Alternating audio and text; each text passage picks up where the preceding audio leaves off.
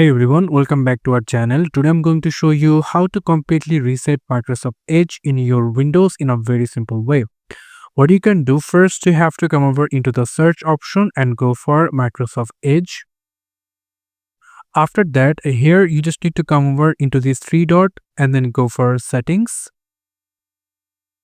And then you just need to come over into the left side, come over at the bottom side called reset settings, click on that.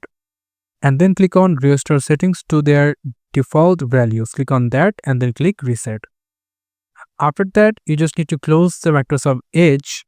And now what you can do, you just need to convert into search option and search for a run. Click enter. After opening the run, here you just need to type %local app data % and then click enter. After that, here you just need to search for Microsoft file, click on that, and then here you'll find the option or the folder called Edge.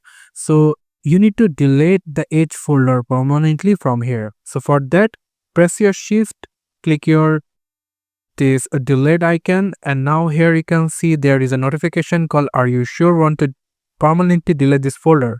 So you just need to click yes.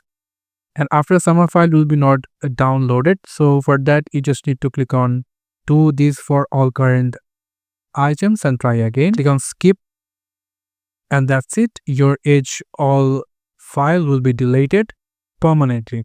So now if you open Microsoft Edge in your computer, just simply open your Microsoft Edge and you can see that the Microsoft Edge is completely clean and it's looking very fine over here.